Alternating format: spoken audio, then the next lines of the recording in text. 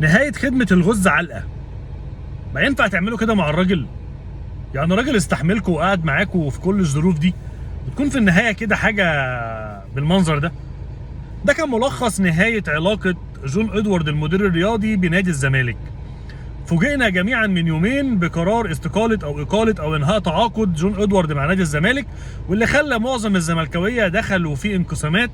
هو ده خبر كويس ولا خبر سيء؟ طب احنا كده تمام ولا ايه؟ ليه الكلام ده؟ لان معظم الاخوه الزملكاويه عندهم مشاكل مع مجلس اداره نادي الزمالك، وهم مش شايفين ان في وفاق ما بين المجلس، وشافوا ان الانجاز اللي حصل السنه اللي فاتت بالحصول على الدوري بعد غياب عده سنوات كان السبب الرئيسي فيه هو وجود جون ادوارد والسياسه اللي هو حطها والعزله اللي عملها على نادي الزمالك، وكل اللي حصل بقى السنه اللي فاتت ده مش هيدخل فيه. لكن ازاي ده بينفصل وازاي ده هيبقى تاثيره على الموسم الجاي اللي لسه اصلا ما بداش؟ نادي الزمالك بمجلس ادارته قدروا ان هم يحصلوا على الرخصه الافريقيه، وقدروا ان هم يخلصوا عدد كبير جدا من القضايا مع الفيفا، وبالتالي بقوا مجهزين للموسم الجديد. بس جس وات لحد دلوقتي ما عملوش ولا صفقه، لان طبعا في ايقاف تاديبي فمش هيعمل حاجه. الحاجه الثانيه ان هو لحد النهارده اصلا ما بداش فتره الاعداد، وفاضل 24 يوم على الدوري ان شاء الله الموسم الجديد.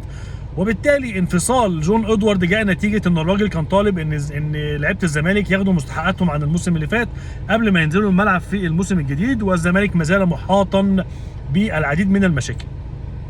تسالني وتقول لي مين الكسبان في الخبر ده؟ هقول لك بصراحه كده شديده جدا، انا شايف ان اللي كسبان هو جون ادوارد. هتقول لي ليه؟ هقول لك لان جون ادوارد لما ارتبط اسمه بنادي الزمالك، وكالعاده اي حد في مصر بيرتبط اسمه بكيان كبير زي الاهلي او الزمالك هو بياخد كريدت كبير جدا جدا، وبيتعرف على المستوى الكروي والاعلامي والجماهيري. فبالتالي الراجل جه السنه اللي فاتت كمدير رياضي نادي الزمالك، يمكن ما كانتش ناس كتير جدا تعرفه، وبالتالي حقق مع نادي الزمالك انجاز الفوز بالدوري والوصول لبطوله لنهائي بطوله الكونفدراليه، وبالتالي بقى معروف.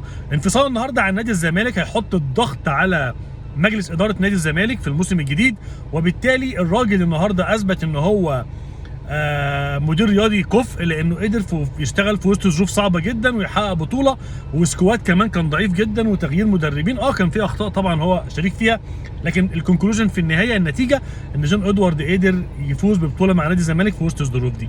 اللي خسران او اللي هيبقى عليه الضغط شويه هيبقى نادي الزمالك كمجلس اداره، لان هو مطالب يقول ان انا موجود وان اللي حصل ده مش هيأثر في مسيره الفريق. وخد بالك انت داخل على طبعا دوري ابطال افريقيا اللي سكته وعره جوي جوي جوي يا بوي، لكن انتوا طبعا افريقيا تعرف ايه امجادكم والدنيا هتبقى سالكه ان شاء الله.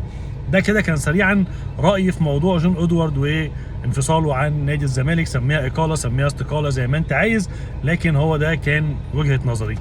تصبحوا على خير.